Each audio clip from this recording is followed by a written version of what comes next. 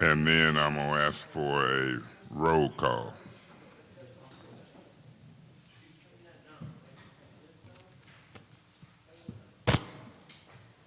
Mr. Mays, Present. Mr. Davis, Present. Mr. Guerra, Present. Ms. Fields. Present. And Ms. Galloway. Present. Okay, we have a quorum.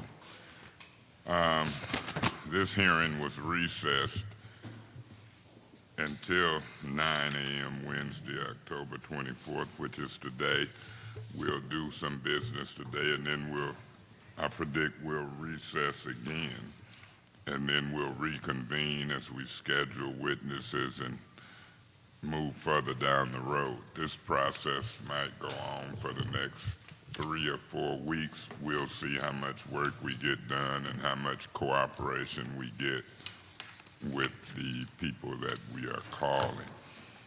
I'm looking at the agenda. I worked with this agenda with the clerk's office, Ms. Brown. I see something attached to the agenda that I did not know would be attached. It's relevant. We talked about it. I'm not going to trip about it, but I didn't know this would be attached to the agenda, but it is. Discussion items. One of the discussion items on the agenda, first of all, let me stop by the purpose of the investigative hearing as it relates to council members. We are straight on what this is. Any discussion? Then let's move to the purpose of the meeting. That's kind of redundant, following the flows of money. So let's go down to discussion regarding the recent teleconference with the Michigan Department of Environmental Quality.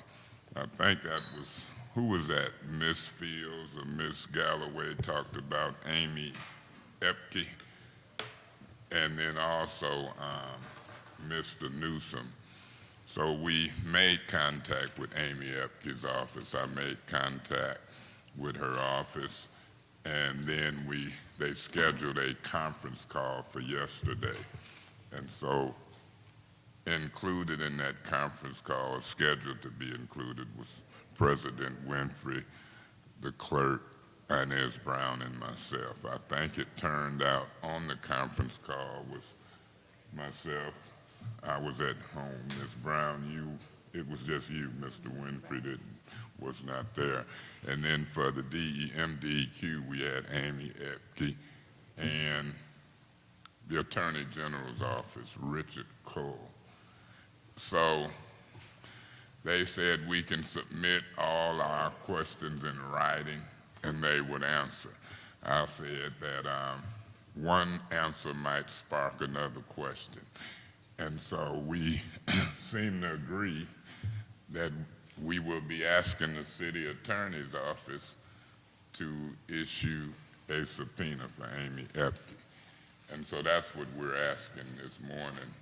I'm asking that we do it that way. It was a casual and calm, good conversation. We discussed some things. Ms. Brown, any communications that you would like to further communicate as a member of the conference call? Yeah, I think that based upon the conference call itself, I think both Mr. Mays and I felt that the Attorney General's office as well as MDEQ could have responded a little bit more forthright to some of the relevant questions that were being posed. So, because it is about freedom of information and so forth. So I think we both concluded from that particular conversation that the responses were not appropriate. And there was a communications kind of alluding to the fact that the city charter gives us too much power or more power than it seems like the law provides. And so I said to Mr. Cole that the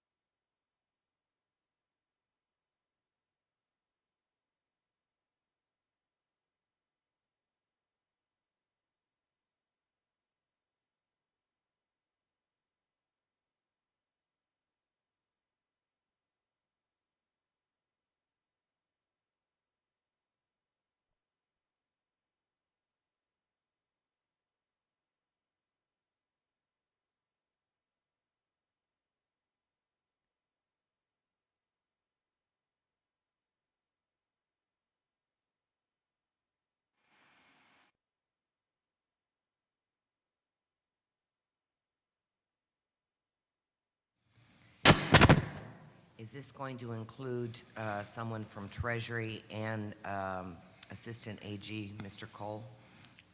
Not at this time.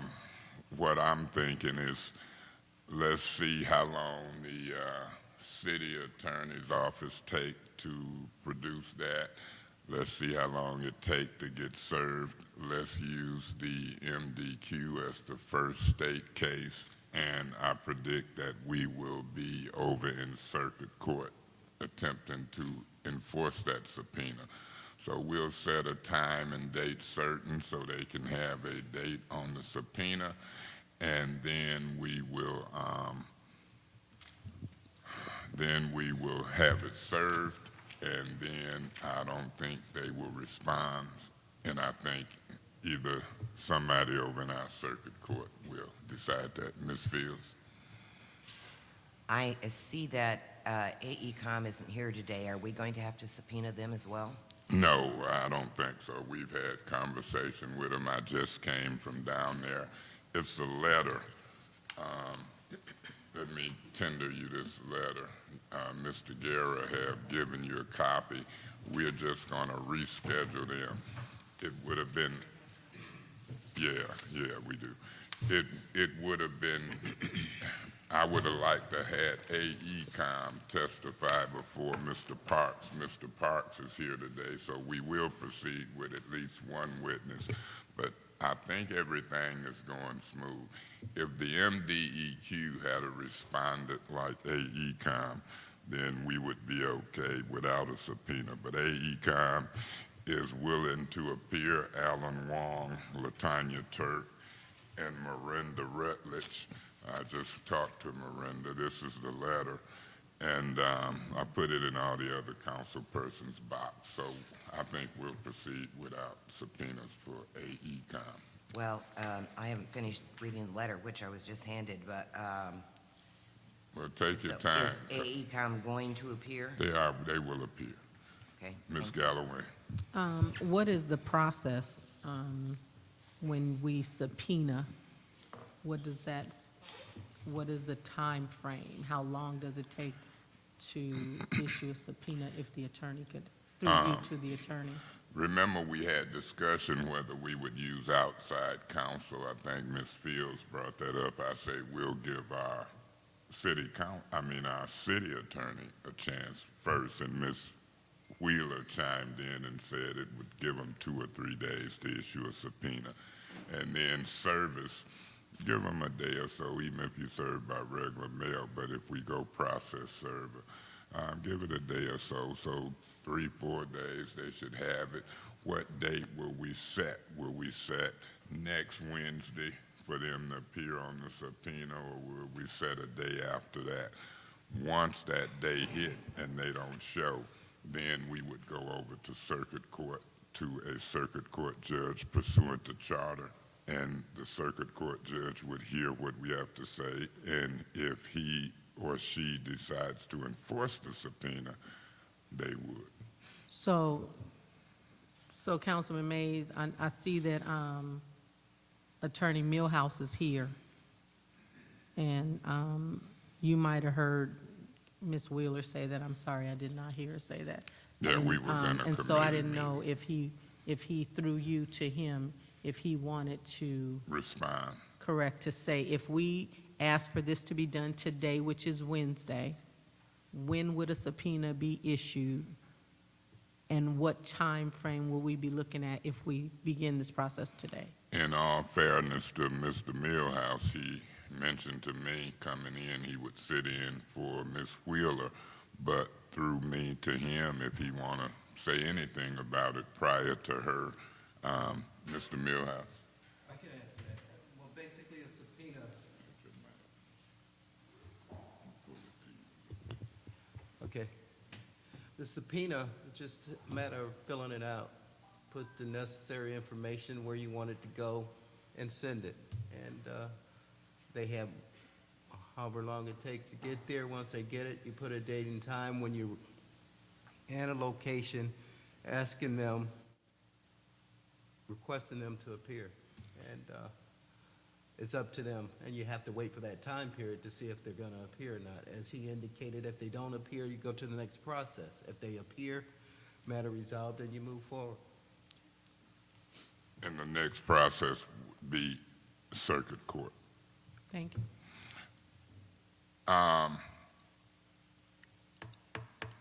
Before I call for the vote on the motion, do you think we need to amend it or do something with the date, time, and certain now, or you all in the same motion, or you want to circle back to the date, time, and certain that we put on the subpoena? Ms. Galloway? Mr. President, I would think that in an effort to not waste time on what we're doing, that a date should be set.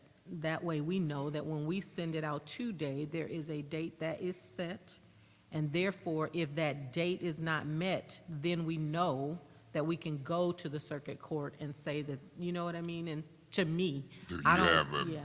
date, time, and certain, or an amendment or substitute motion with a date, time, and certain? Well, I can look at my calendar and see what we're This- looking at. This would be the time. Any more discussion on that?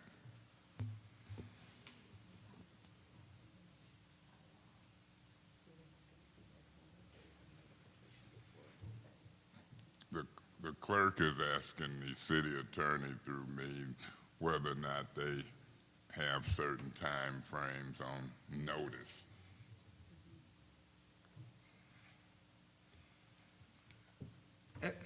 Everything requires a time frame with respect to notice. You can't send something today and expect them to be here tomorrow.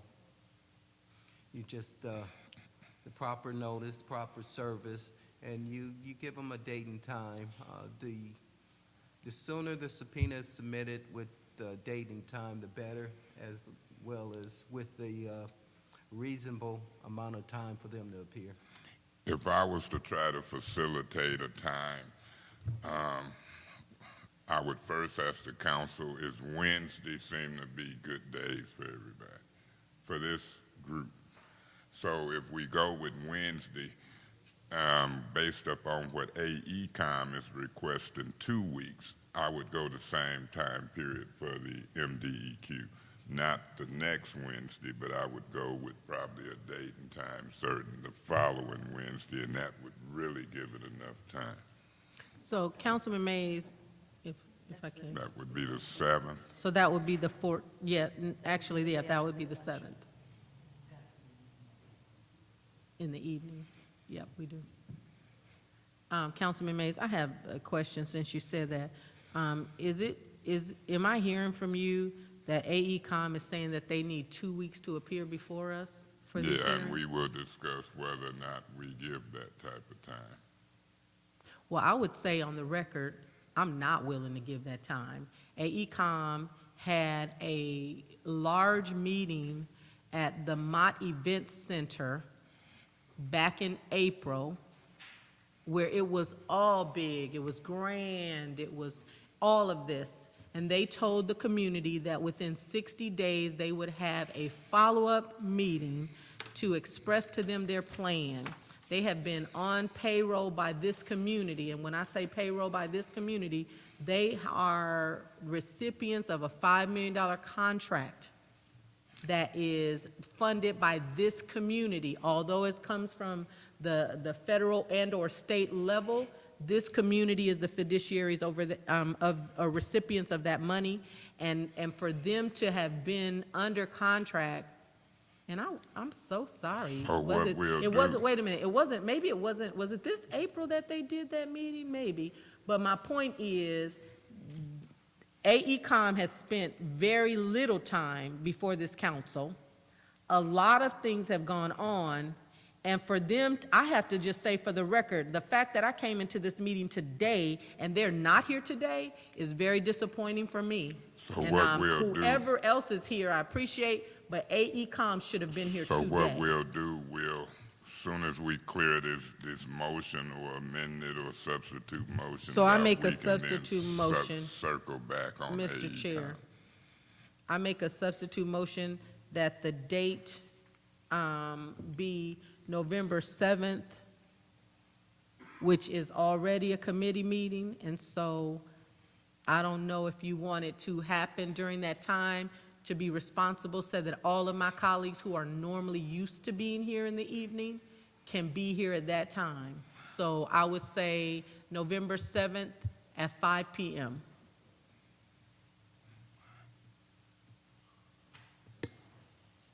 It's a motion on the floor that we Mr. President, I Miss- second.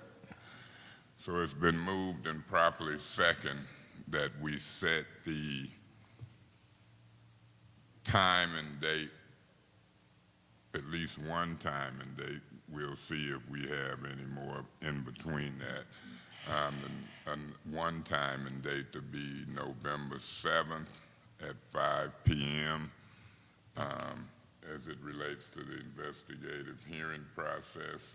And the reason for that is to give us time to effectuate a subpoena as it relates to Amy Epke and or the Department of Environmental Quality staff. Any further discussion on this motion? I just want to say it would have, sorry, Mr. Ms. Chair. Galloway? In the effort of giving them ample time, the 7th is good. I think that it would have probably been even a nice way to have had it done before election. But we want to give them time. Well, I look at it this way in regards to that. The election will be on the 6th, that Tuesday before, but people don't leave office until January. So I think we're in a good spot as far as the election and when things might change, not until January. So we got to do some work between now and December, and I think we on schedule. Ms. Fields. Well, I just wanted to say I too am very disappointed that AECom isn't here, and I believe we have one person to speak with, and that's okay. But you know, council time is valuable time, and we were under the impression that they were going to be here. And I personally have a lot of questions for AECom, and these questions have been mounting up and accumulating because AECom, who the taxpayers are paying $5 million to, are seldom available to council. We've had them at a couple of committee meetings, but there were specific issues and there wasn't much time to speak with them. And, you know, AECom is at the heart of, they're supposed to be managing all of these projects. And the big thing I wanted to talk to them about was this predictive model and why it shows that most of the work from the service line replacements are being... Point of order. I'm going to call that a little outside of the scope of this motion. Soon as we clear this motion out, I will return the floor and let's talk about AECom before we call the witness. Okay, well, just in conclusion, I am very disappointed AECom isn't here, and the taxpayers are paying them enough money. They should be available at any point in time. Let's we do need it them. after this motion. Mr. Guerra. I just wanted to say that I think 5 o'clock is a good time for the substitute motion that you made, knowing that council members are typically here at the time, and I think it should give the people subpoenaed the opportunity to get here as well. Thank you. So you're in support of the time. Mr. Davis. Point of information. And that is the regular committee time, by the way. So it is a good time. Well, I mean, I won't object to it. I'll support it. But, you know, my thinking was that during business hours when them guys is regular at work between 8 and 5 or 9 and 5, but based upon the subpoena and based upon the request of the council, I'm not going to object to that 5 o'clock time. I'm wondering, should we say 5 or should we say 4 to keep them in business hours? I don't think it's... Ms. Galloway. I think that anybody, and I'm just, this could be way off, but generally when you're in that level of leadership, you're not timed. Usually you're an executive and you're on salary, and there are things that happen outside of the scope. And so, because we have set this time, if they're like even our executive secretaries, they have the ability to come in at 11 instead of 9. So it to sounds accommodate. like- But Councilman Mays, I'd like to finish that. But in addition to that, it will give this community that may want to sit in on that to hear what is being asked of the MDEQ, who has been so involved in everything that has happened to this community and has been intricate in making decisions that negatively impacted this community. So I think the time will fit with maybe what the constituents would like, so those that would come home from work might stop here so that they can hear what is being asked of the representatives that represent them on the state level. versus the ones that go like me with second shift. But either way it go, we're ready to vote. All right. It's 5 present. We need 5 votes for this to pass. Madam Clerk, roll call. Mr. Mays? Yes. Mr. Davis? Yes. Mr. Guerra? Yes. Ms. Fields? Yes. Ms. Galloway? Yes. The vote is 5 yes, 0 no. So, Mr. Attorney, hold on.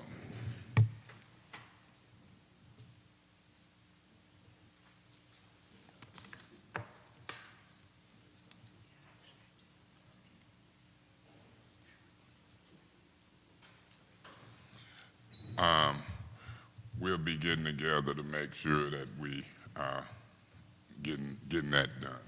And so we'll get it done in a timely manner with what I'm getting from the city attorney's office. Now, Ms. Galloway and/or Ms. Fields, whichever is first. Ms. Fields, you want to talk about What, AECom? when he said the time, is there do we have Ms. an Galloway. expected time? I'm sorry. Ms. Galloway, go ahead. No, I asked the question. You said that through you to the attorney, he said that it would be done timely. Yeah, Is we'll what get is it done in a timely manner. Yeah, we was just whispering and discussing about any documents subpoenaed or just witness testimony, that type of thing. So far, we gonna deal with the witness testimony.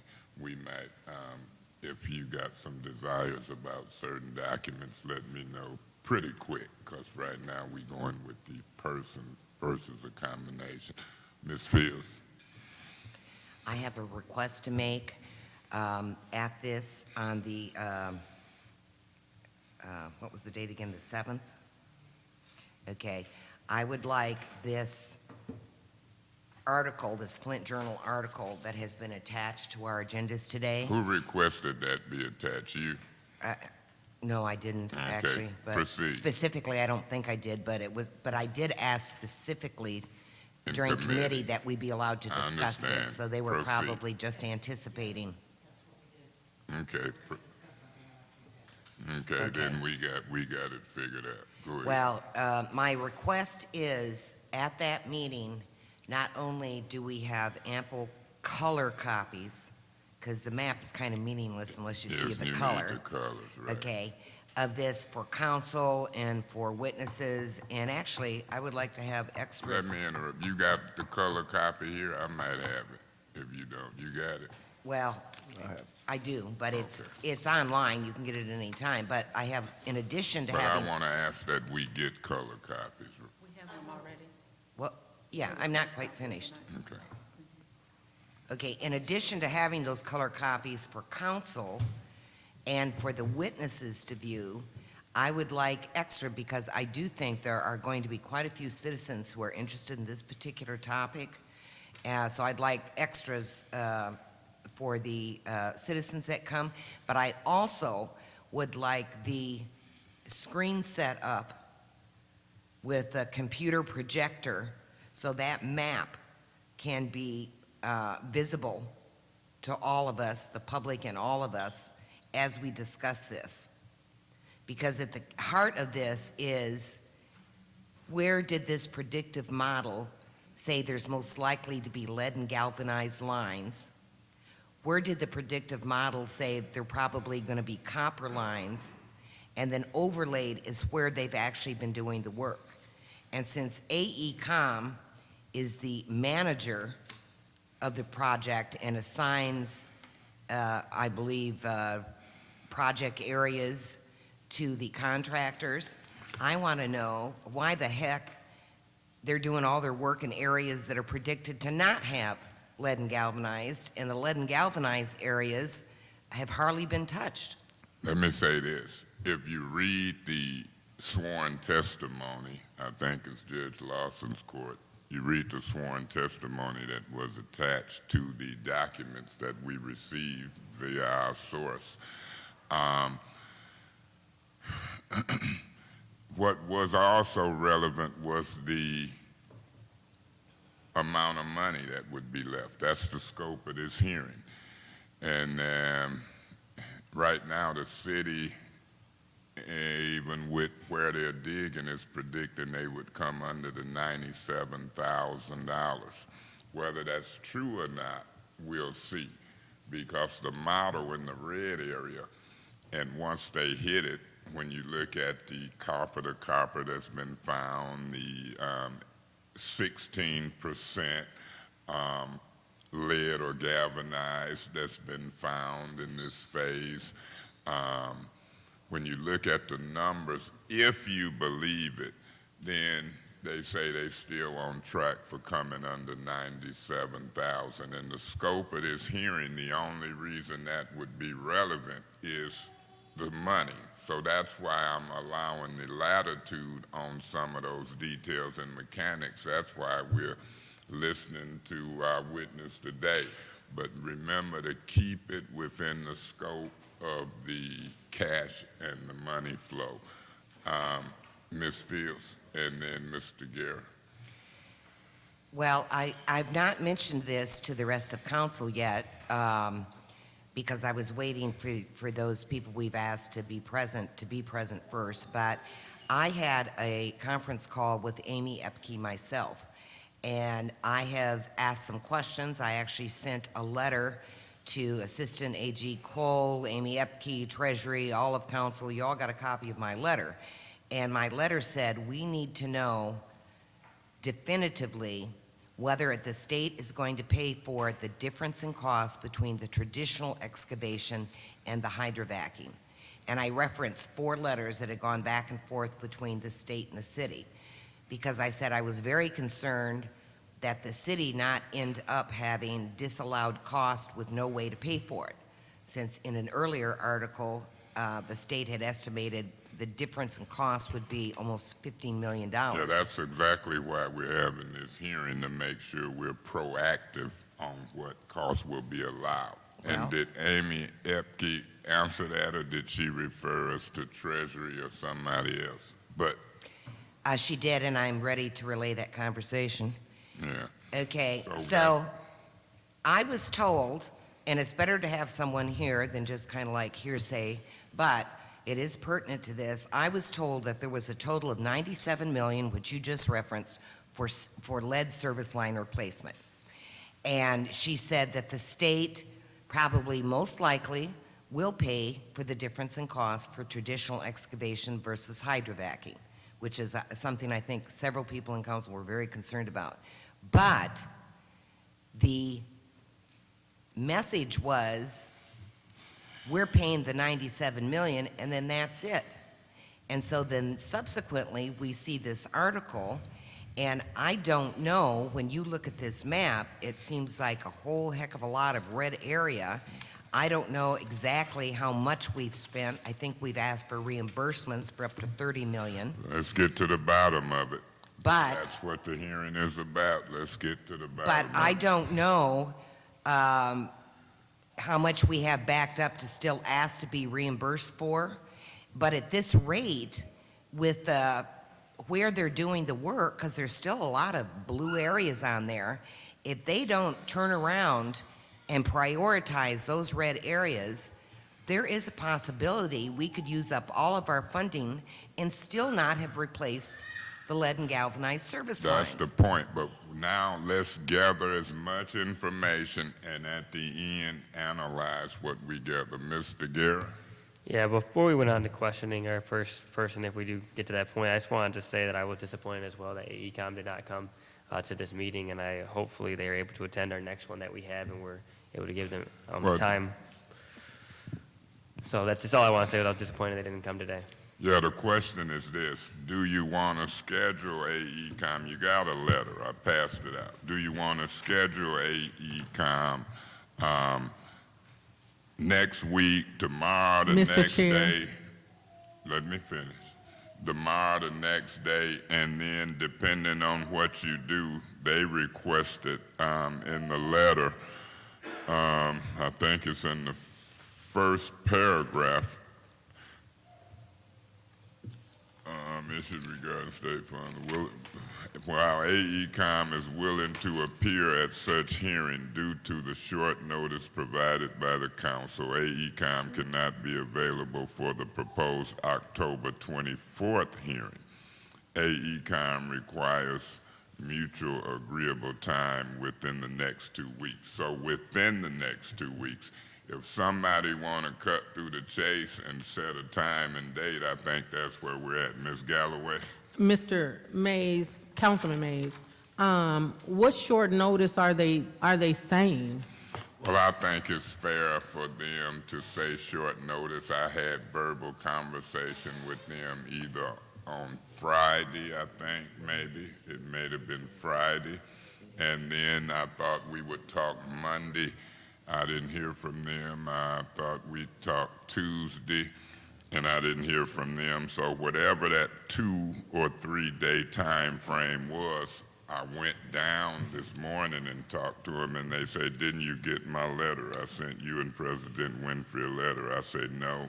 So they ran it off, and then I came up, passed it out, and read it. And so I would concur that maybe But Councilman Mays, you yeah. answered, I'd like to continue. you will continue. So that's what I think the reference to the short notice, and now the 2 weeks is in the letter, and I'm in favor of trying to schedule within the 2 weeks. Ms. Galloway? We've been talking about an investigative hearing for, it's well over 2 months.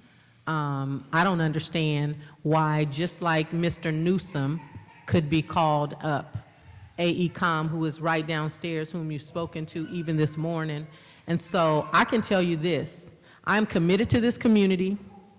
I am committing my time to this community, but I will not continue to have meetings that do not yield what the answers that we are trying to get. AECOM is an intricate part of the flow of money between the city, the state, and the federal. They are literally the middle person. They assist Mr. Newsom. And so as much as I want to hear whoever else is here, that person has nothing to do with the flow of money from the city and the state. And so I'm going to say to my colleagues, this meeting today, in my opinion, if AECOM is not here, is not as fruitful as I would like it to be. I appreciate that we have done a subpoena for the MDEQ, but this is too much, and I'm just not going to do it. I am not going to do it. AECOM should be asked to come up here today. Why do they need 2 weeks? They've been doing the work since, when do we approve it, you guys? And I'm sorry. And Mr. Mays, you may be in support of that because you speak to them. I spoke to Mr. Wong a couple of weeks ago, but AECOM has not consistently come before this council and given this council even an update of what they do. They haven't done any of that. They've given a couple of presentations. They have not been here to talk to us about why our constituents are so upset about this process. And so I'm sorry, I'm not going to spend another couple of hours asking if, and I don't know if the person that we're talking about is from Goyette. I'm sorry, I'm not going to do that. I Okay. appreciate you. You know I appreciate Let you. me- I've spoken to you. That is not Ms. what Galloway, this investigative hearing let is me for. do this. Mr. Mays, I'm going to I entertain a have the motion to floor. recess until the 7th, because if you're saying that you're going to leave and won't I didn't be say here- that. Okay, proceed. Mr. Mays, you're not going to dictate how I feel Ms. about Ms. these. I have the Galloway, floor and will I you am proceed? finished. I am. But Because you're not going to dictate I'm gonna what keep- I I'm expect gonna to keep get the out of these authority meetings. of this scope of this hearing. Now proceed. But you're I'm- outside of the Miss scope. Miss Galloway, Do you want to appeal or do something? This is going to be a professional hearing. It It's is. not going to be an argument with the chair. But you're interrupting me, Councilman Because Mays. if you going to leave, we got I did business not that have say- to be done. You say you wasn't going I to sit here, and you went to talking, dealing with the witness. Councilman Mays. Proceed so we can get on with this hearing. Councilman Mays, you are not going to dictate what I'm I going to plan call to a get recess this- without objection. Now, this is not going to happen. Are we in recess? Are we in Ms. recess Galloway, without I'm objection? asking you to No. proceed, or it's a Councilman Mays, you recess said that without we're objection. We'll recess without objection, and if the recess don't get it together, we'll be back on November the 7th. So I got the vehicle recess, but I'm not going to let nobody jeopardize a lack of a quorum. I'm not going to get into a fussing match. This is to call witnesses, and that witness is here, and I'm not to waste his time. If we want to deal with what we're here for and then go back to all of this discussion about AECOM, I'm down with that. If you want to put a motion or you want to go try to get them up, I'm down with that. But all the fussing and talking without a motion or action is a waste of this I make a hearing's motion. time. Ms. Mr. Galloway, you don't Mr. have the Chair. floor right now. You have to get acknowledged to have the floor. Now, we'll take a little recess if it's going to get crazy, but the chair is not going to argue with this committee. And the chair will, based upon council rules, deal with the scope and the priority. It's just not going to go all over everywhere and waste time. And I'm trying to be nice and polite. That's what I'm trying to do. And if I'm out to direct it and keep it right, then it go both ways. I'll chime in, I'll try to keep it on track, I'll try to be efficient, and you give me that leeway. Ms. Galloway, proceed. Okay, then that's what we want to get to. Ms. Fields.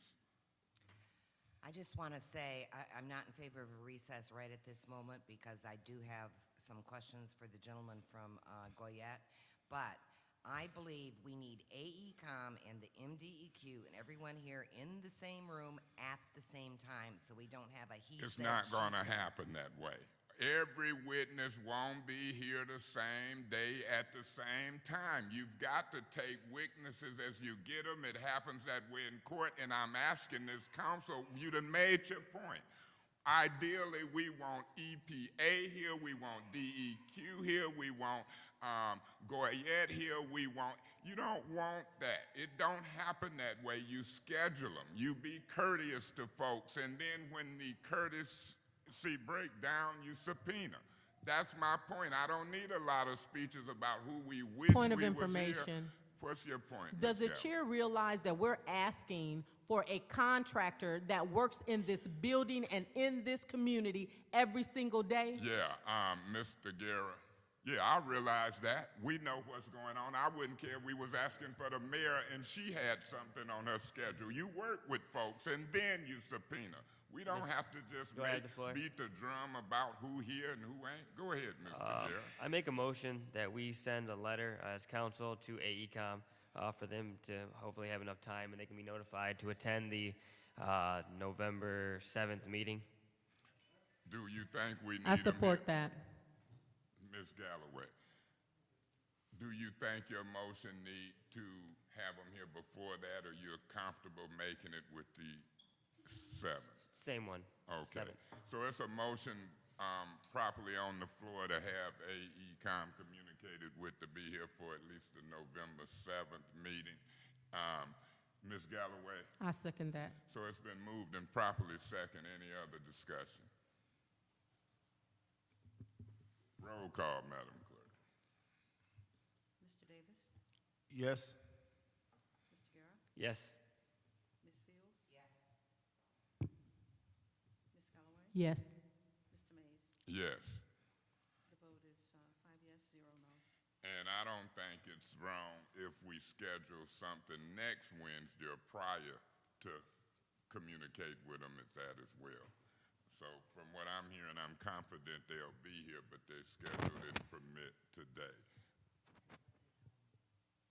Yeah, well, we haven't set that date yet for next Wednesday. This is the 7th. All right.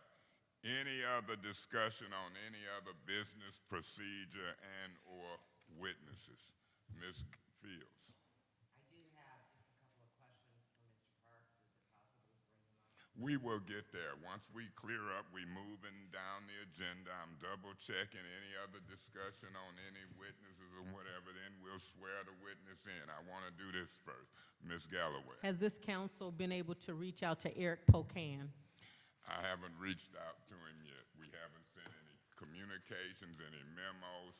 If I'm not mistaken, Eric Pocan was a member, was a witness that you brought up that's also a state person, correct? I think he's EPA, maybe? EPA. Well, Correct. that would be federal, different than state. No, that hasn't happened yet, but it will. So can I ask the time frame of when it will? Because we took a list of people that we wanted to communicate from what is necessary for us to reach out to Eric Pocan, who actually oversees the reimbursement that I can order happens. that Ms. Brown send him, or we can track it down, and we'll do that without objection. We'd have did AECOM without objection. So you can put it in the form of a motion, you can ask it, we can do it without objection. All I want is just action.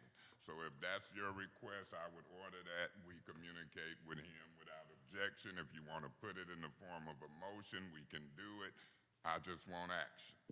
So can we provide a subpoena to him for Not November yet. 7th? No, we haven't reached out to him. My process is you reach out first and you try to get mutual agreement. Subpoenas will only be used for those who resist or don't want to cooperate. That's my position. So what's the time frame to reach out to him then?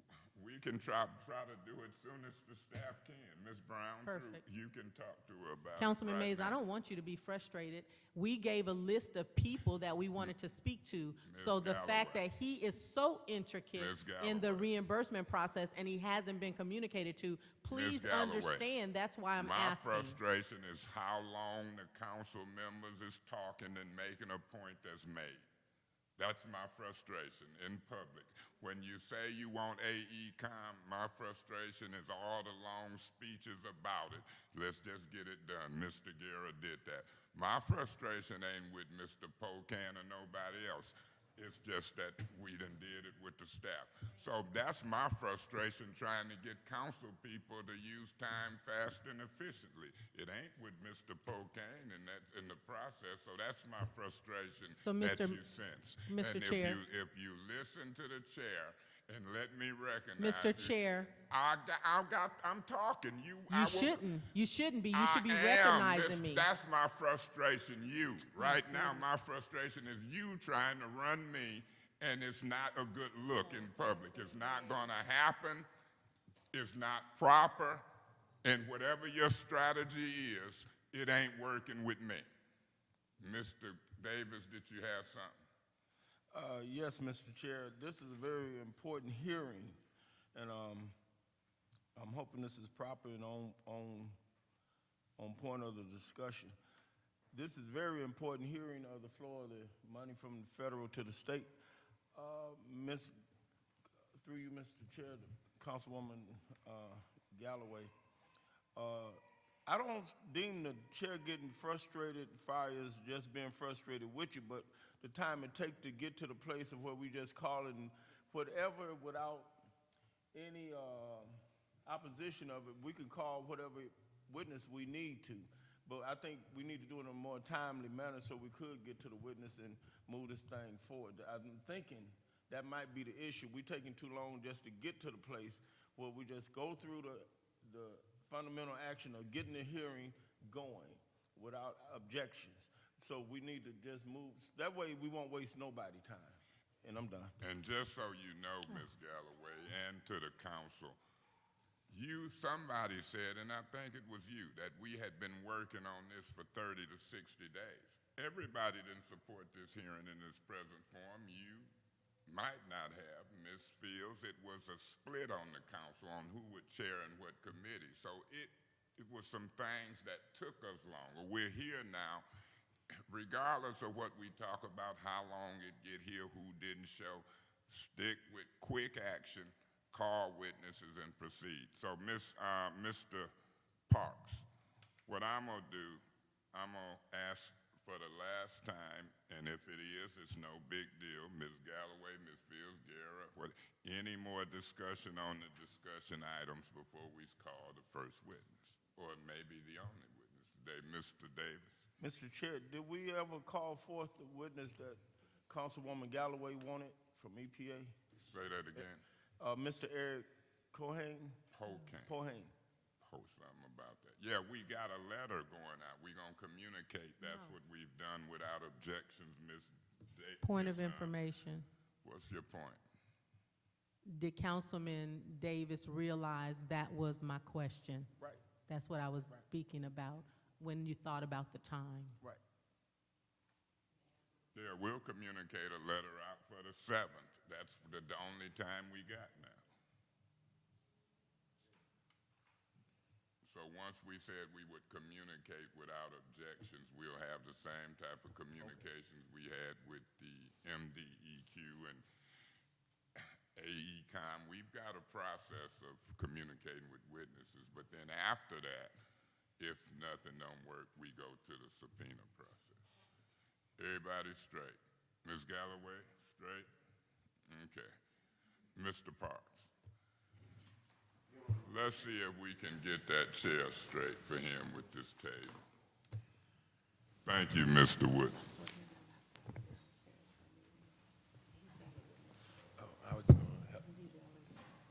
You're going to be sitting at the chair. It's a chair over there.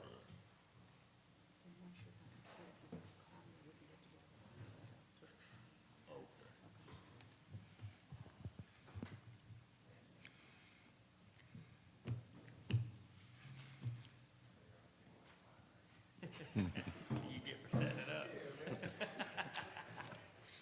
Mr. Parks, I'm going to ask that you state your name and spell your last name for the record, and that you say who you are associated with after she swears you in.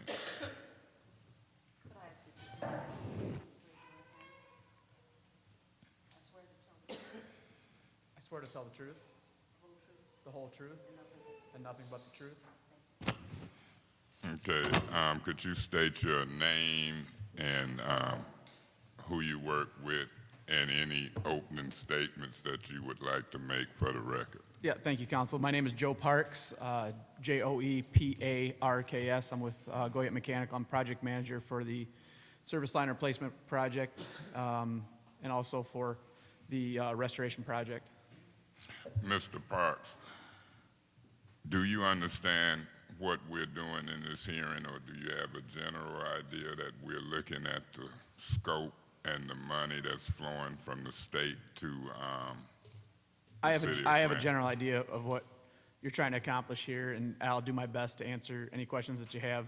I can answer anything that has to do with our role in the project, and I'll do my best to contribute anything else as well. But I can give you pretty good information on what we're doing in regard to Mr. the Chair. project. Do you have any opening statements you would like to make before we turn it over to the questioning of the council members and or myself? Maybe I can withhold those until after. That'll be fine. After you question. Ms. Galloway? Mr. Chair, I would like to ask the chair to quantify how this witness has pertinent information to the flow of money from the state to the city, considering that he is a contractor and is not an employee for the city. Okay, I got the question. Thank you. This is my view as to why he's a relevant witness. He's got a $11 million, their company got $11 million restoration contract. They also got a service line replacement contract, one of the only companies in the city that got both service line and restoration.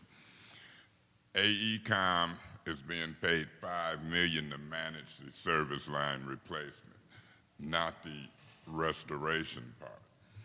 As it relates to Goyette, Mr. Parks has been before us dealing with his request to use hydrovac equipment. And as we all know, some of the estimates is that if you continue not to use the hydrovac equipment, it could cost the city possibly up to $14 million over what it could cost. And so that's the scope of the hearing. We're trying to make sure that we don't overspend with contractors and can't pay them out of set-aside state funds, and the state gonna deny some based upon the communications and the use of equipment. That's $14 million worth that if contractors ain't approved for based upon what's happening. Plus, when they bid it, they had the use of the hydrovac in their scope. Now, if you do bigger holes, more restoration, you're gonna be out of more money. So the contract that they bid it on, now I think you'll hear testimony that it'll be more, and we'll have to consider that and do some arithmetic, and then we'll have to ask the state if they're gonna approve that, because indications from the media, they haven't just said they will. So the contractors, this is an example of a contractor of both service lines and restoration. Exactly the places that money will be spent. So he clearly fits into the scope of this inquiry. So I just want to say for the record, as much as I appreciate him being here, I do not agree, and I'm going to tell you why I do not agree. Okay, There Ms. is Galloway. no, Ms. Councilman Mays, Galloway, I point have of the order. floor. Yeah, but I'm going to take it because this is for the witness to ask questions. I'm giving you the floor to ask him questions. Councilman if you Mays, got questions for the you witness, spent the last Ms. 5 to 7. Galloway. No, Point come of on. order. what's your point? Can we let her finish? Thank you. Ms. Galloway, this is to ask the witness questions. That's why we said if you want time to do it, we talked about 2 or 3. Councilman Mays, Ms. you are Galloway, if infringing you're not on gonna my ask the ability. witness Councilman questions- Mays, I will make my statement, and then if I have questions, I will ask Well, you. what's I your asked you statement? to Go ahead. yield the floor. I don't have to. The reason why I am concerned with this line of questioning is because we line? know I'm concerned about him being here today, and I'm the one that brought forth the issue with their contract to the city council. The reason why I am concerned about being able to speak with Mr. Parks before speaking to AECom is because there are issues with other contracts, such as Martha Galloway, you Brown's out of order. contract. I am not out of I'm order. gonna give you I one can warning. make a statement. Anybody who want to ask questions, well, You complete can your remove statement. me. I Complete your am statement. You are out concerned of order. about having this conversation with Mr. Parks because I am questioning whether there are other motives that are actually a part of asking him questions. He is Well, don't not ask him none. intricate. Let us proceed. Councilman Mays, I respect you, but you are being a chairperson that is infringing on my ability to communicate. You have spoken, shared your thing, and for me, based on the scope that you set, Mr. Parks today is here outside of the scope. That is just my own opinion. I think Are that you there done? are other underlying things Are you done? in asking Ms. Mr. Guerra, Parks Mr. these Guerra? questions. Mr. Mays, If you don't have any make questions- sure that you know that I am necessary for the quorum. We So don't you will care if the respect quorum me break or up. you We can got put a me date. out. We got a You are date wrong. certain. You are really wrong in your embarrassing this chairing. council. You are wrong in your Okay, chairing. finish your statement and then let's leave to go to questions. You So don't- go you don't ahead. get to We'll threaten me. sit here and listen to you. It's 10:15. You want it to 12 o'clock? Go ahead. You got the floor. I am going to listen to Mr. Parks while you guys ask some questions, but I promise you, if Councilman Mays continues in this vein to share everything that he wants to share, and then when you desire to make a statement, he thinks he can... Ms. Galloway, you asked me a question about the scope. Now, Mr. Metcalf, If I say I want somebody gone, or if I say we recess, we getting out of here. Miss Galloway, this ain't a clown show. Mr. Guerra, did you have something? Proceed. You can stay or go. This is getting ridiculous. Yes. Mr. Guerra, proceed. In regards to funds, do you feel that there will need to be more money allocated to the city of Flint from the state because your contract may have to have a change order because you're spending more money than you anticipated by not being able to use the hydrovacs? So from our position, we're digging up so much copper, so many lines that are already existing copper, which we get paid substantially less for than if we were to do an actual replacement of lead or galvanized lines, that by the time we complete the 1,200 homes that are in our contract, we're going to average only roughly $2,500 per address. And at bid time, that average is substantially higher than that, somewhere above $4,000. So we're going to have a considerable saving, well, the city's going to have a considerable savings on our contract, that there will be funding left in our contract that if, hopefully when we're paid for the extra work that we're doing for not having the hydrovac truck and for having to dig larger exploratory excavations, there will still be money left that they could just pay us from that, still with a considerable amount of money left in our contract. So there'll still be a savings on our contract even after they pay us for the extra work that was done. Okay, so just so the record's clear, you say that you believe you'll be under the bid, so you'll save the money, but if you were able to use hydrovacs, you would save even more money, is what you're saying? If we were able to use hydrovac trucks, then we could do the same number of addresses for less money.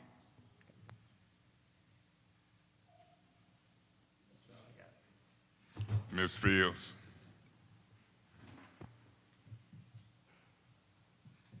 I need to get a sense of, as you talk about the money and what you're spending, and I need to get a sense of, you are assigned areas to work in, right? You Yes, don't ma'am. just choose your own areas. Yes, Councilwoman? Yep. Okay. Do you yourself have any sense of, or have you heard of anything that, how are these areas prioritized and or given to any particular contractor? Is that based on the bid? So there were 10 zones awarded for the contract. Goyette was given 2 of those zones at the beginning of the contract. The other eight zones were awarded to the other 4 contractors spread among them. Some of them had more zones than us, some of them had less than us. And so those zones were just given. So when we started the contract, we were awarded what is called zones 9 and 10 over in the Mott College area, all the way from roughly Davison Road down to Atherton Road on the east side of town. So that's where we were awarded our zones. I can't do any work outside of those zones unless the engineer AECOM gives us addresses outside of them. Well, that was my next question. Who gives you the addresses to work on? AECOM. AECOM. Which individual in AECOM makes that decision or assigns you those particular areas to work? I don't know who makes the decision at AECOM. There are multiple people that are sending over addresses to us on a regular basis. We had a list of addresses that were awarded to us at the beginning of the contract in those zones, and then as the contract has proceeded, we'd get, infrequently, they would send us smaller batches of addresses that we would add to that initial list. And the vast majority of those are in those 2 zones that we were awarded at the beginning of the contract. All right, well, I'm the council person for the 4th Ward. I'm concerned about this project for all wards, the whole city. But I know yourself, you've been working in the 4th Ward.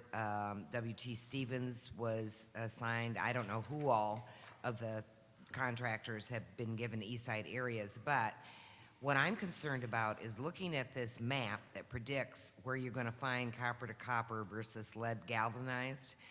I guess in the east side, we're pretty lucky because the majority of the east side areas, based on the predictive map, appear to have copper to copper lines. So I'm curious, and it is to do with the amount of money being spent, how many actually lead and how many lines total have you done to date, excavated, and out of that total, how many, and let's talk about the Fourth Ward East Side, Phase 5.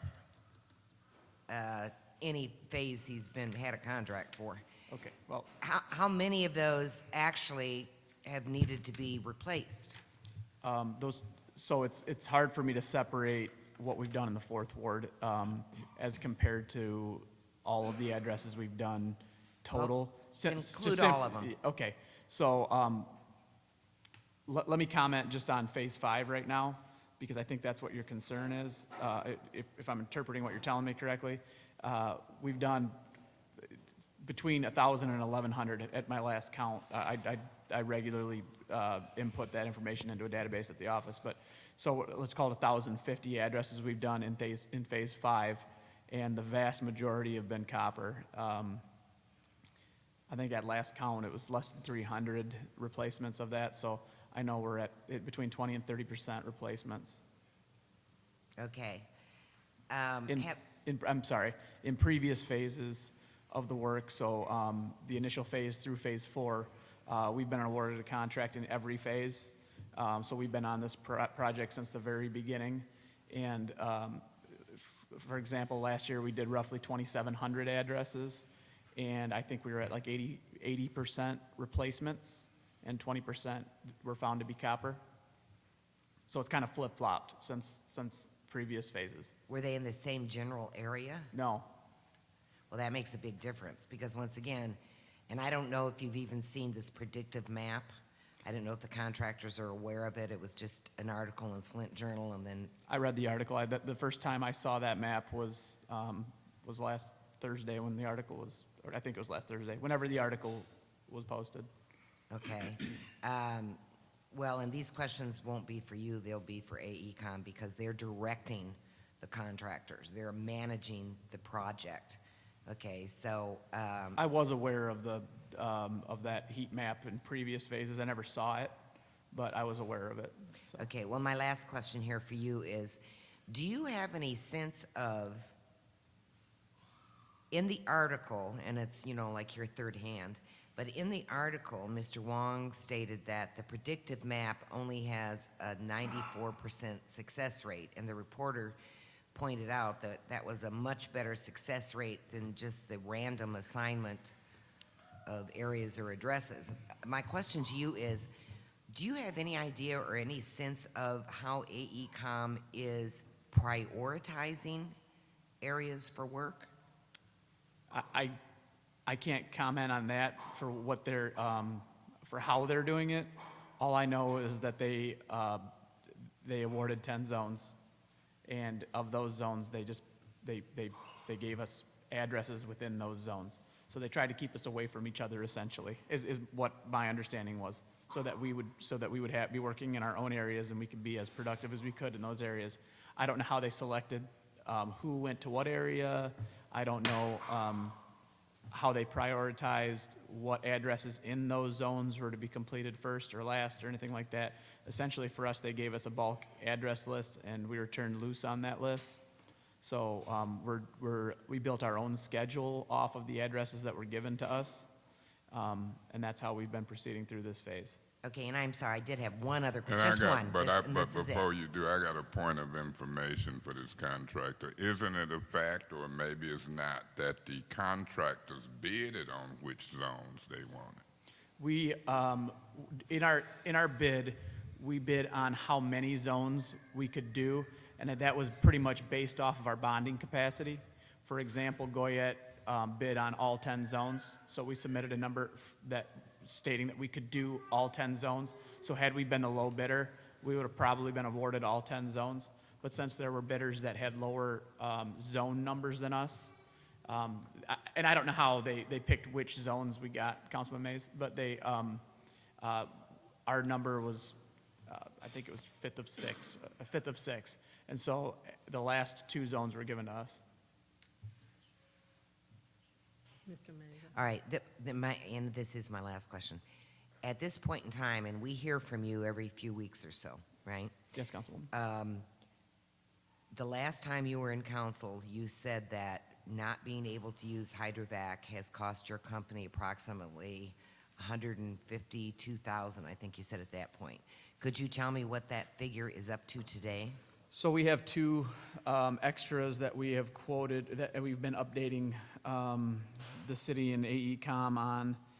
As of October 12th, the total of those two is $393,000. And I can, if you need me to get the information on, so there's two extras going on there. The first of which is the hydrovac. That's the largest of the two. The next is the larger exploratory digs. And so that takes up another portion of it. I would say 2/3 of it is probably roughly $200,000. It has to do with the not having a vac truck. And Ms. Fields, and to the council, like when I asked about the bidding process on the zones, you allowed that communication. I would hope, Mr. Guerra, Ms. Fields, Mr. Davis, Ms. Galloway, that you allow your colleagues as well as the chair to do those quick points of information as things are moving along. This is not the council rules of once and twice, no motion on the floor. So I do have some questions, Ms. Galloway, but you want the floor, you got it. Go Thank ahead. you. Mr. Parks, originally you came before the council and you shared, again, Ms. Fields just asked, but I had a different scope. You shared that not being able to use the hydrovacing had changed the way that you had to do the work. And so before getting further into my question, is that the additional cost of the $393,000 because you couldn't use hydrovacing has cost your company? Yes, so we quote initially when we were instructed not to use the hydrovac truck, which was post-bid, we quoted an adder for every excavation that we did. That amount, there's two amounts for that. For a service line replacement, we quoted $334 per address. And for just an exploratory excavation, which like when we dig and find just copper, we added $190. Okay, and so those, for every address that we've done, we've been continually, bi-weekly, we've been sending in updates, how much those amounts are adding up to. So the $334 for, I'm detailing how many of those charges there are. I'm detailing how many $190 charges there are. And then I send out an update for every one of our normal pay application periods for contract costs. And so that amount, that $393,000, that's how you're getting to that number. It's those two values for the addresses. That's where you're getting that number, is the three. You also had submitted or written a letter Yep. to the city expressing that in your original bid, it included the hydrovacing, and that the difference, you were hoping to see if there could be some changes in that contract. Were you ever responded to? No, we have not received a response in writing from the city or from AECom. I submitted on October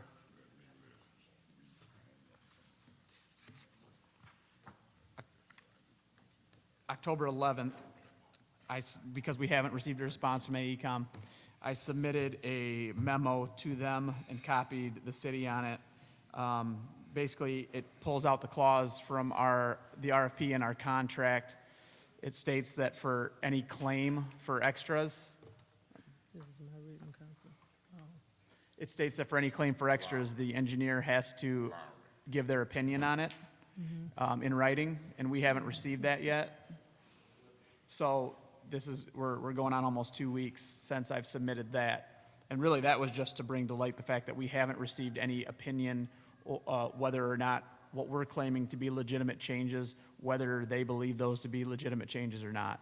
Who is your contact Project for man- that, even for that memo? Who would you have submitted that to, or would you have expected to communicate with you?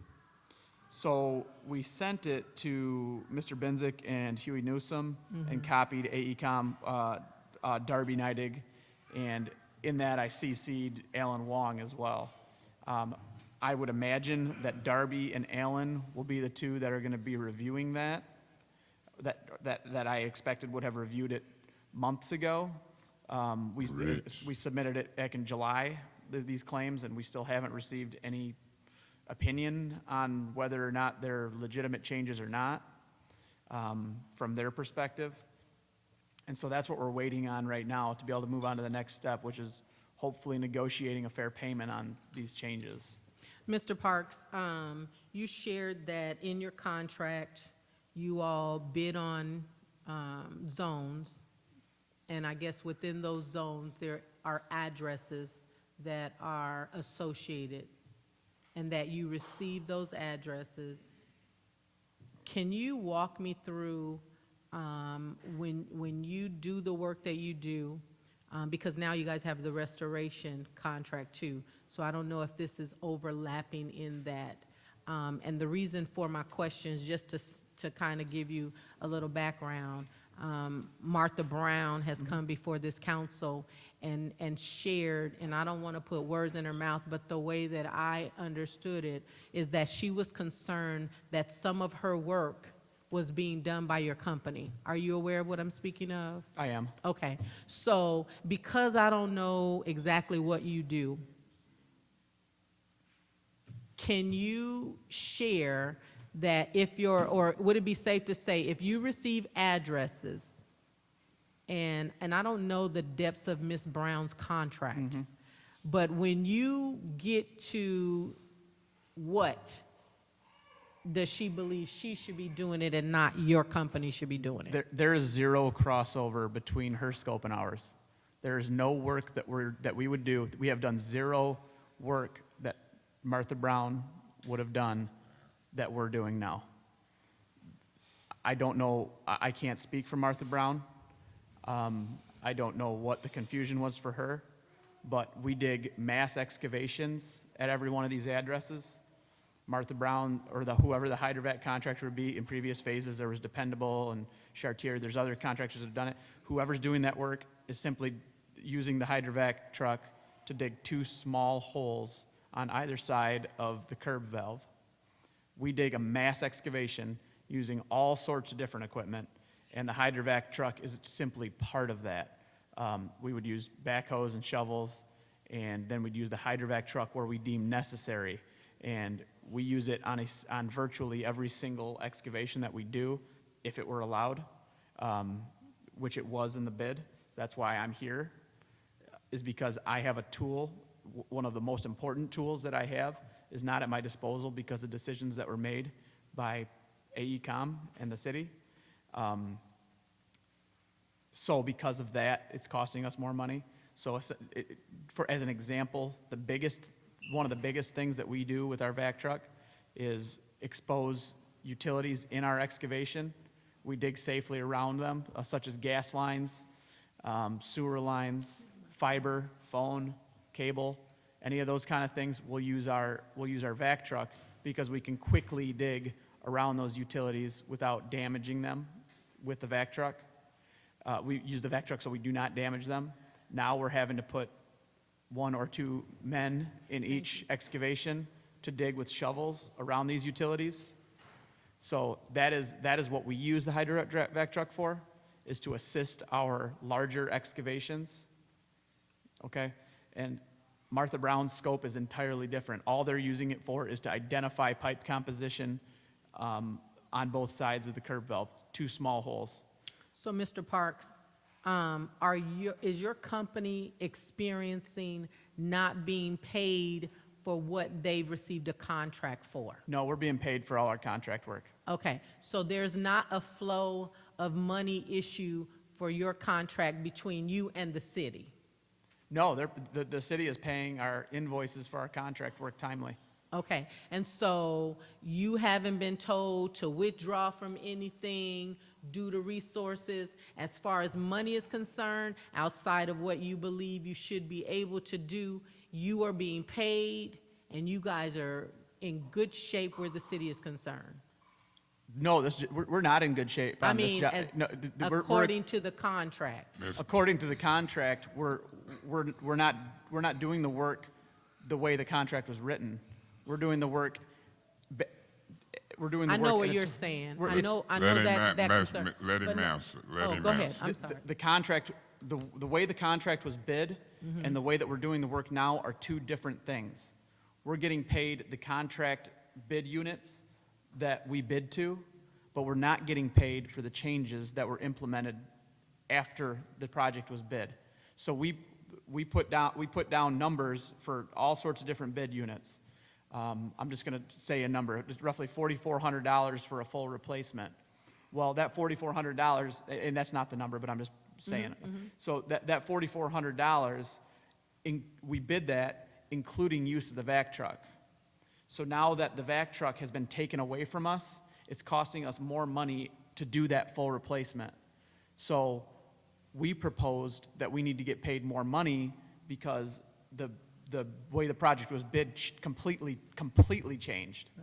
In previous phases, I'll use phase 4 as the best example.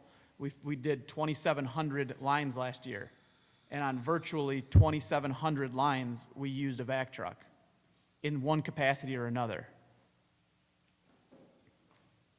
And all of those excavations were inspected by the city and were approved by the city, and nothing was changed in the bid for this year in terms of allowing or disallowing the vac truck.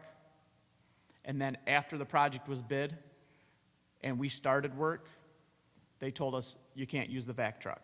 We had one day that we used the vac truck, and they said, you got to get it off the project.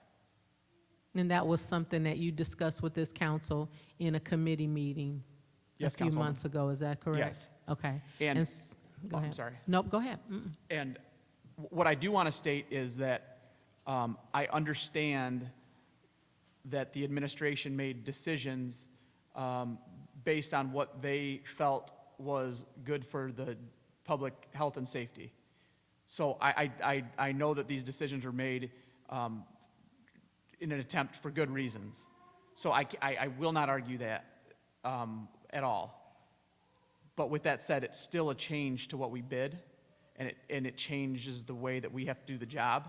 And had the job spec, the bid documents been written in a manner that disallowed the vac truck, then our number would have been different than what it was at bid time. And will you share some examples of why your company has the hydro vacuum trucks? Yeah, absolutely. As I said, at virtually every address. So a gas main typically runs down one side of every street. So on that side of the street, in every excavation, we're into a gas main. Because the gas main typically runs through the Greenbelt area. So when we dig down to get to the water service, the existing water service, there's a gas main in our excavation, or a gas service, or a cable line, or a phone line, or fiber. And so when we identify where those are, right now, we're having to dig around those utilities with shovels. In previous phases, we would have used a hydrovac truck. So for every shovel, there's a laborer with a shovel in their hand that we had to add to this project because we don't have the vac truck. So we've got 2 men in a hole that are digging with shovels, taking 4 to 5 times the amount of time to dig that than a vac truck could remove the soil from around that utility. So we use the vac truck to expose utilities and just to speed along the process in a much safer manner.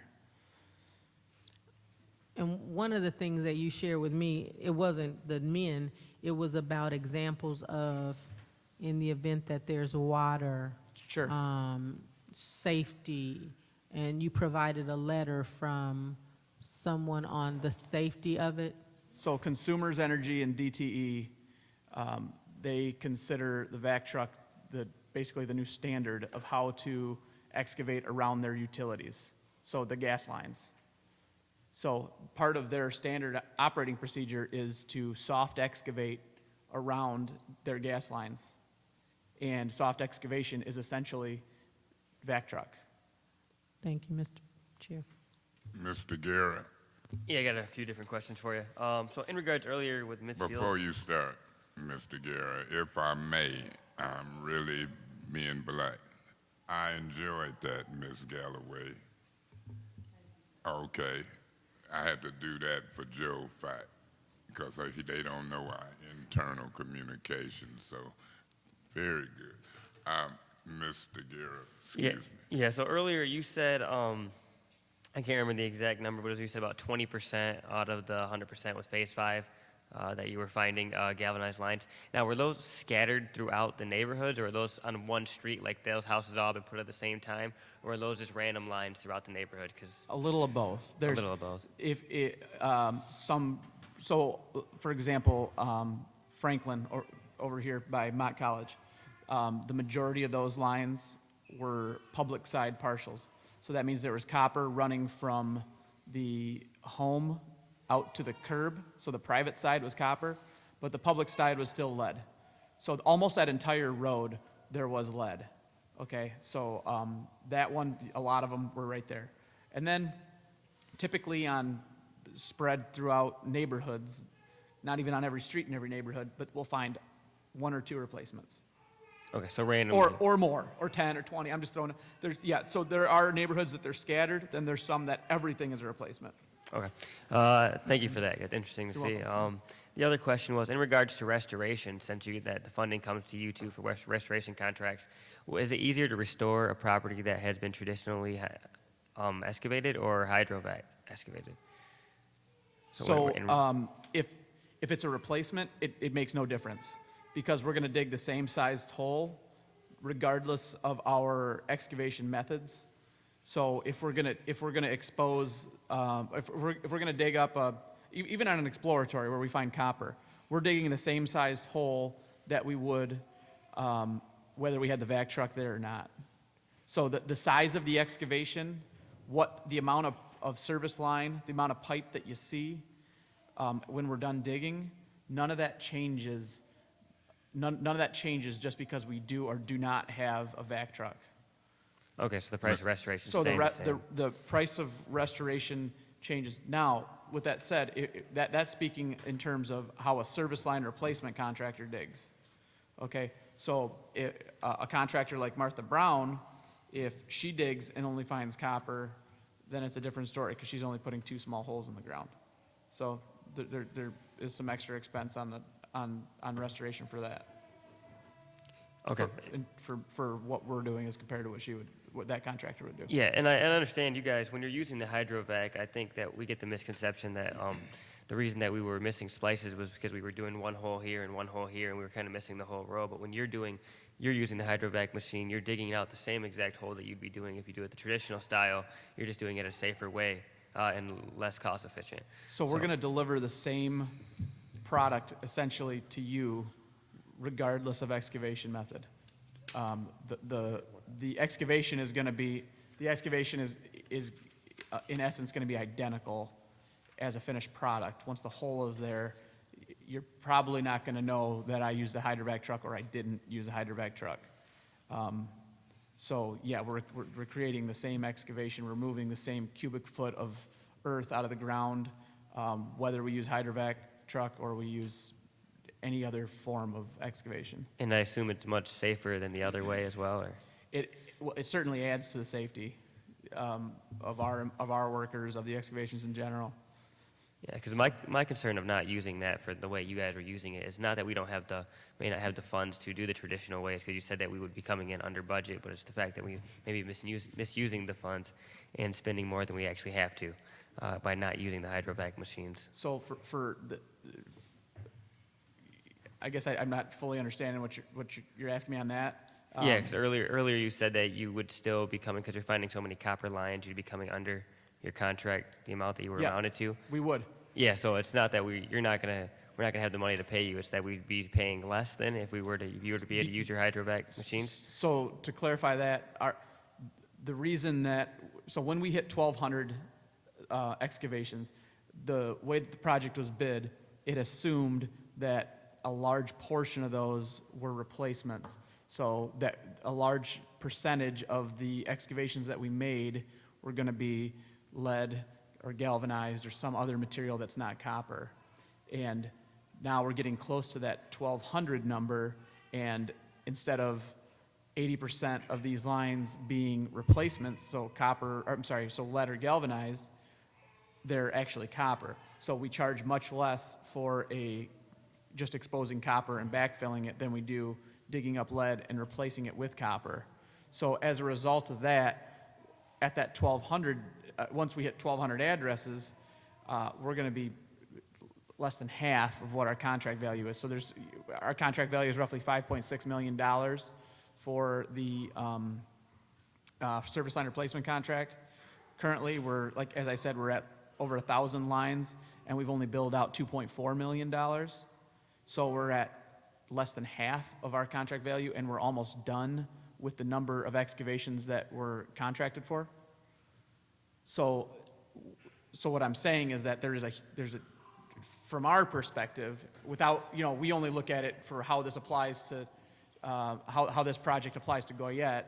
From our perspective, the city's going to have a huge savings on our contract. We're going to get the same number of excavations done for half of what our contract is, roughly. And I'm throwing rough numbers out, but it's for roughly half of what our contract value is, and we're still going to give you the 1,200. So we're going to essentially do more addresses because there's going to be funding available for us to keep going. So maybe those ones would have been assigned in phase 6, and so you're getting more lines done for less because there's so much copper. But also because there's changes that have been implemented that we feel that we're due extra compensation for because of the changes with the hydrovac truck and the larger exploratory. There is money in our contract that can pay us for that and still not reach our total contract value. So you're not gonna have to go back to the state of Michigan and request more funding to pay us for the changes.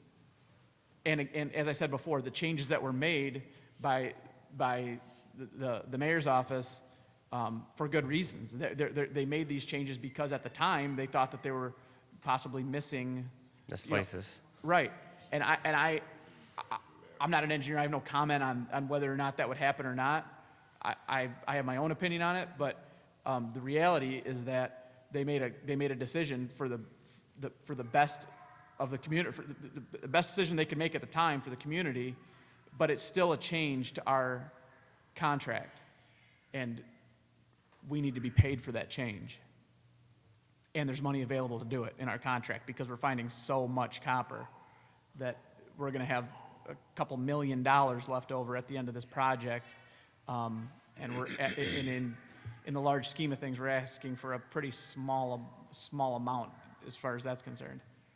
When we're talking about $97 million, that's the number that I heard earlier, and we're at $393,000 right now.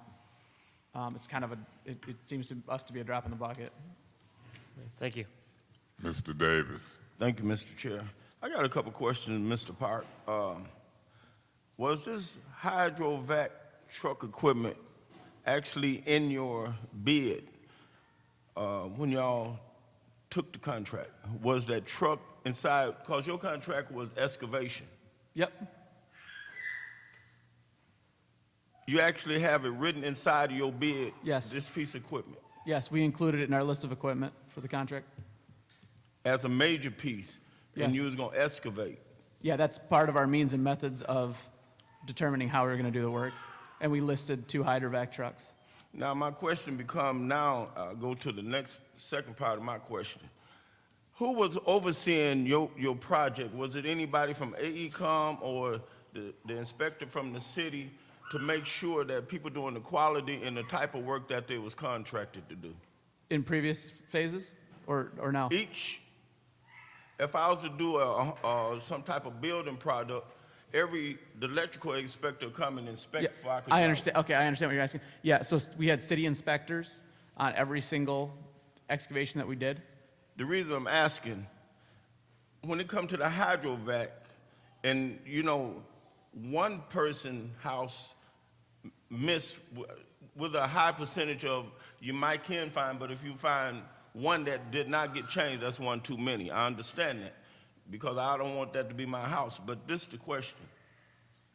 The city inspector that comes out, he comes out every time you use this hydrovac equipment.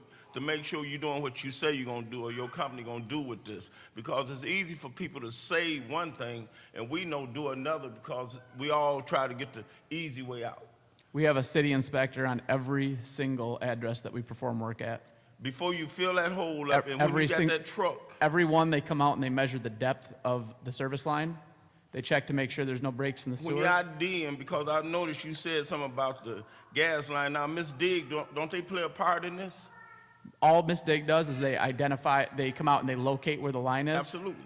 Yep. And so they can tell us where roughly the line is by marking it with flags and paint. Absolutely. But we still have to dig around that line. So they're not digging. Let me explain myself because I Okay. think I know where you're going. They show us where the line is. That's a good thing to know. We need to know where all of the underground utilities are. Absolutely. And so once we know where that is, then we'll use our hydro excavating truck to remove the earth from around that line. Because we're not gonna dig what we're doing now is we're having to dig with a backhoe around those lines. And if you hook a gas line with your backhoe, you're gonna rip it out of the ground. Absolutely. If you hit it with your vac truck, I could hit it as hard as I can with the head of that vac truck, and I'm not gonna break that gas line. So all Miss Dig is doing is telling us where those lines are. So my third part to this question, how many lines have y'all broke since you ceased using this piece of equipment? Just like every contractor, we've broken gas lines. Do you know about percentage-wise how many you broke? Hopefully, I don't think a lot. I don't think we broke a lot, and the reason is because we're using guys in the hole with shovels. So Absolutely. and we wouldn't have those guys in the hole with shovels if we had our vac truck. And that's my biggest complaint, is I've had to put more manpower. I've had to pay guys for more hours to dig these up. I'm getting less done in a day because I have to put these guys in the hole to do this slower because I don't have that vac truck. So would it be safe to say your company never utilized that equipment to identify a splice in a line? Never. You always went over and beyond to make sure you do exactly what your contract stated. You didn't use this to ID a line and just go to the next phase to save, because it's getting to the place where it's way cheaper using hydrovac. But this city can't afford no more lives lost according to what's getting done. We already don't have enough residents to flush this system out. So whatever work you're doing, the residents don't really know.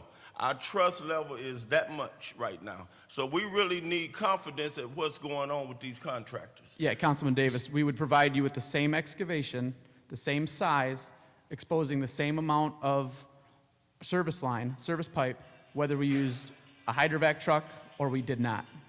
So I am not risking missing a single line the way we use the hydrovac truck. Just because we have the hydrovac truck out there working with our backhoes and our excavators, our shovels, you have a zero risk from Goyette Mechanical using the hydrovac truck than not using it. We are exposing just as much of the service line with the vac truck as we would without. But I'm still lost, because if you have an excavating contract, Ms. Brown had a hydrovacing contract. Yep. Now, she was identifying lines, if I'm correct, and maybe Councilman Mays could correct me, she used the truck to ID the lines. With just the hydrovac truck, to ID the lines. That's correct. For change. Now, you using the same equipment, I'm not really understanding why you would be excavating if you had a hydrovac truck and she could use it to ID. Now you're telling me your company could not use that truck to ID a line, or the same way Ms. Brown would do to ID a water line that might need replacement. You would automatically, ain't no way, if she can ID a line with Martha Brown with the equipment, the same piece of equipment, you got the same piece of equipment, and it could save you time and certainly a whole lot of money, you would never consider that.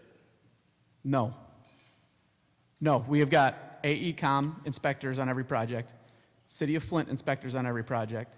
If I did what you're describing, I would be in violation of what Absolutely. it would be impossible for me to get away with that.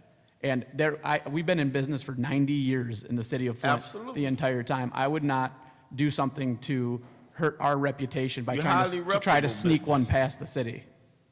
Y'all are high quality business. I understand y'all do excellent work, excellent record. But you know, it become a time now, we got in a predicament that nobody really know how to get us out of here, especially when it comes to the residents. Our confidence is done. We fried. You can put gold in the ground, we almost don't care, because we don't trust too many people dying.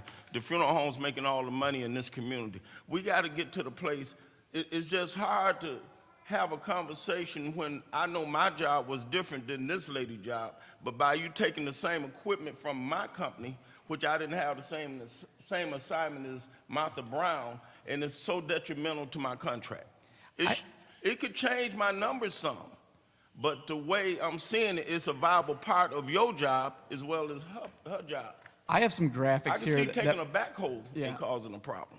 I made some drawings that might help you understand what we do as compared to what Martha Brown I does. thoroughly understand. Okay, all right. I just, regardless of our method of digging a hole, we're delivering an entirely different product than Martha Brown would. Entirely. We're actually exposing 8 to 10 foot of pipe, regardless of how we do it. Okay, Martha Brown is digging 2 18-inch holes that go down to the service line on either side of the curb box. And I'm not beating you And up. let me say this, if I may, Mr. Davis.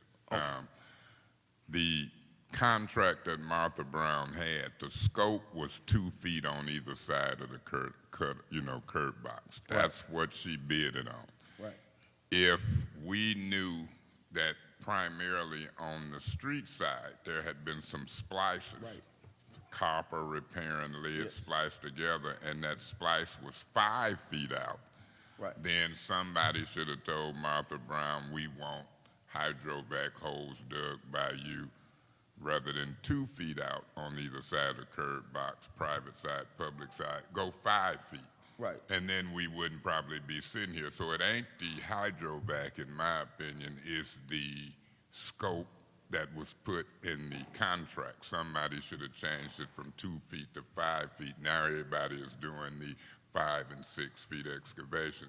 If you allow me, you may continue. So the bottom line for us, Councilman Davis, and I hear your concerns, and I think they're valid, and I'll do whatever I can to answer any questions that you have and make you comfortable with what we do as compared to what the hydrovac contractor does. But putting that aside, the important thing from our perspective is that we bid a multi-million-dollar contract based on based on bid documents. Gotcha. And we submitted a bid based on those documents.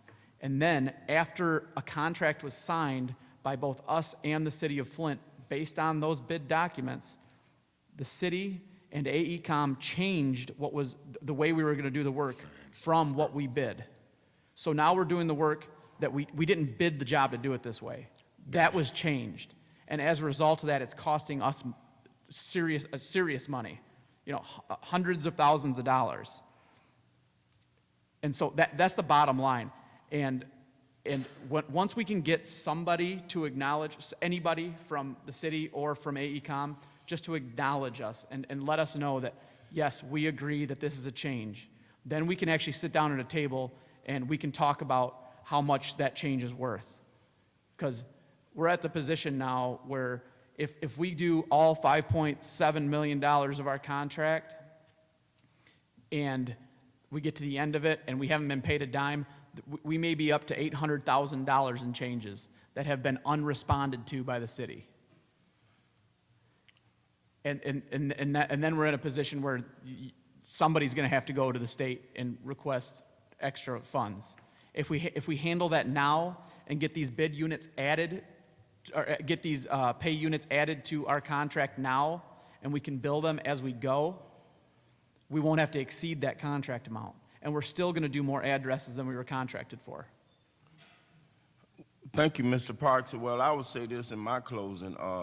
It seemed like the state have to do more then, because by whatever means necessary, they need to correct this problem that we're in, by whatever means necessary.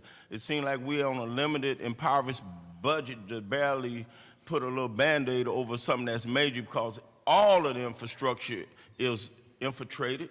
All the appliances in houses is messed up, because it's people's lives. If you drinking poison water today, it ain't gonna cause cancer tomorrow, smoking a cigarette today, but it's a long-term effect and it must be corrected. So we must, I guess, petition the state for more, a lot more, a whole lot more, and I'm done, thank you. Wrap up. Thank you, Councilman. I've been informed that Ms. Fields is going to have to leave shortly. So, Mr. Parks, what I would ask, because I had some questions, I would ask that if you will cooperate with us. We had talked before. We told our first witness that it's a continuing process. If we talk to others and we need you back, would you be willing to show back up? Yeah, I'm available to council whenever you need me. And I would remind you, if you do show back up, we've sworn you in. We won't have to do it again, but you'll be a continuing witness, and if we need you, we will. One council person has to leave. About 11 is now. Ms. Fields is the one, but Ms. Galloway had something first, if you allow. Mine is very quick. Hers might be too, but she got my attention first. Now, you know mine is kind of long, and I ain't did nothing yet, so I'm being sarcastic. I do have some relevant questions to try to tie all this in, but Ms. Galloway, go And ahead. Mr. Chair, I want to thank you for allowing us to have the dialogue that we did.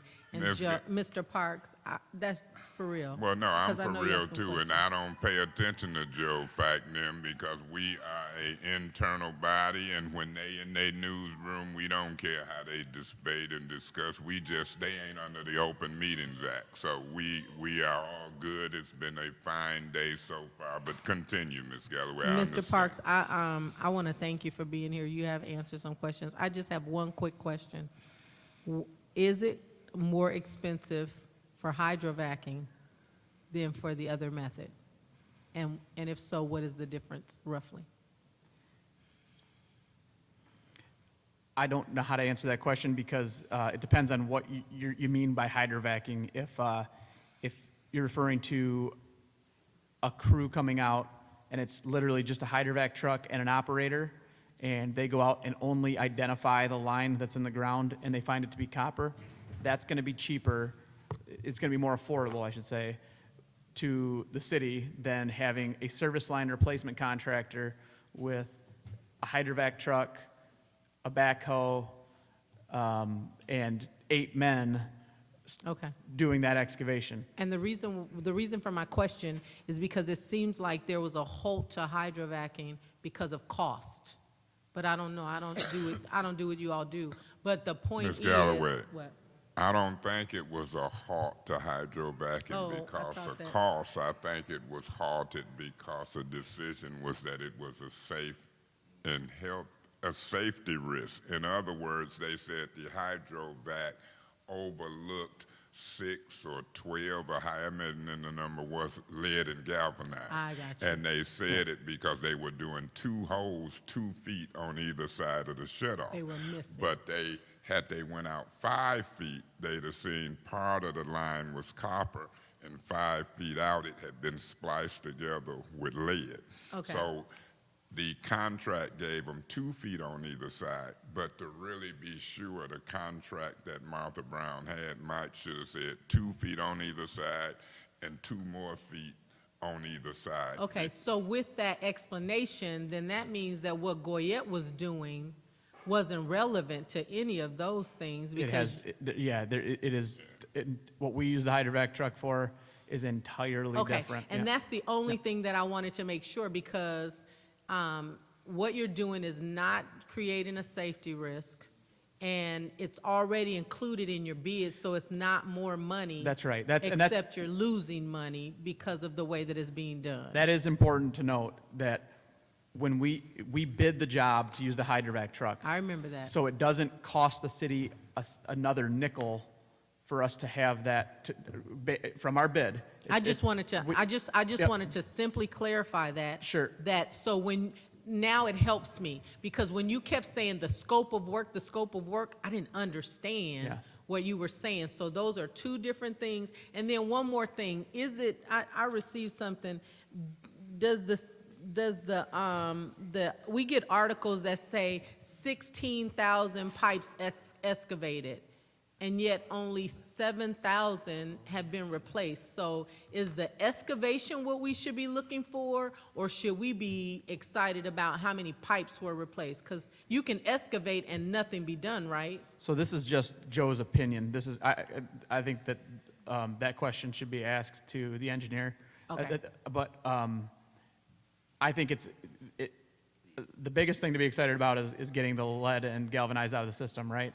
But it's also good to know that at one that you didn't know was already copper. It's good to know that one is copper, and you don't have to wonder if there was lead or galvanized there. So regardless of how you excavate it and what the cost was, the fact that you know it's copper is something to be happy about as well.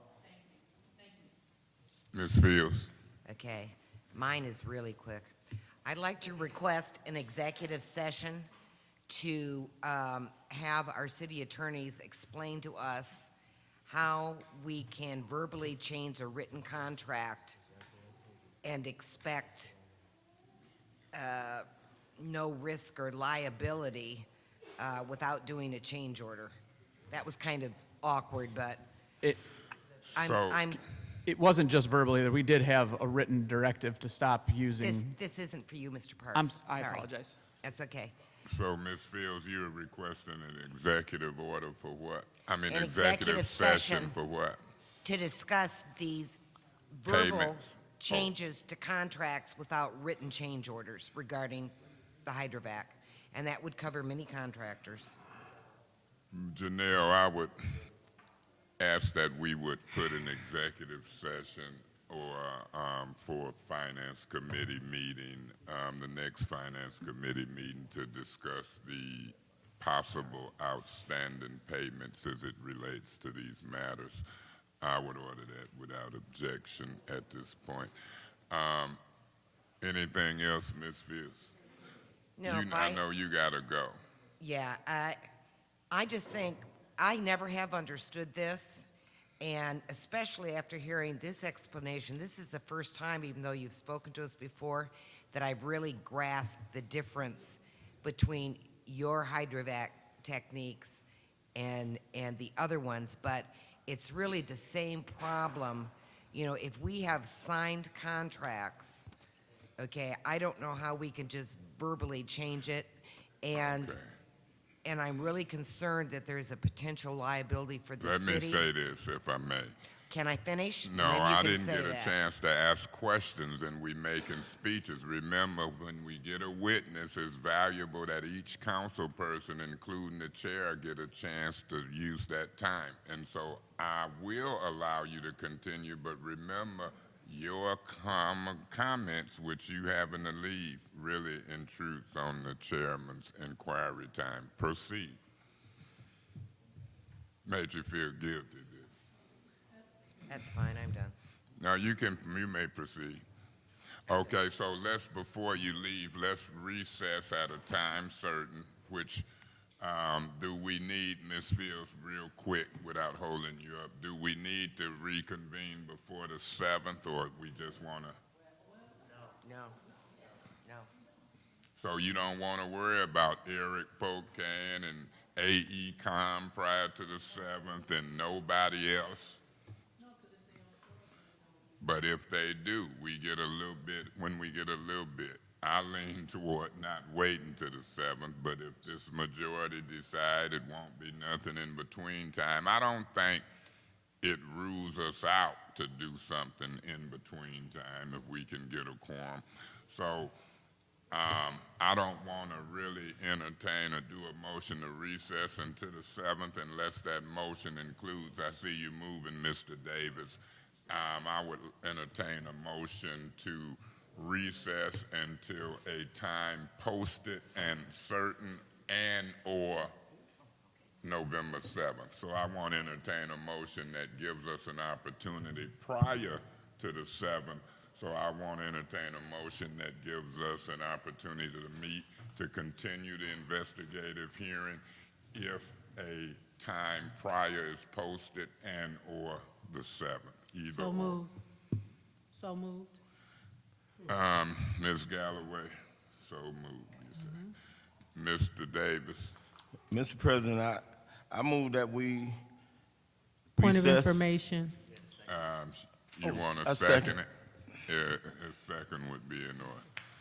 All right, so it's been moved and properly second. Any discussion on the motion to recess until we post it properly and/or until November 7th? Any discussion? Mr. Parks, one of the best question askers, didn't get to ask questions today. I appreciate your presence. I appreciate your continued cooperation. Council colleagues, I really appreciate the way that this went.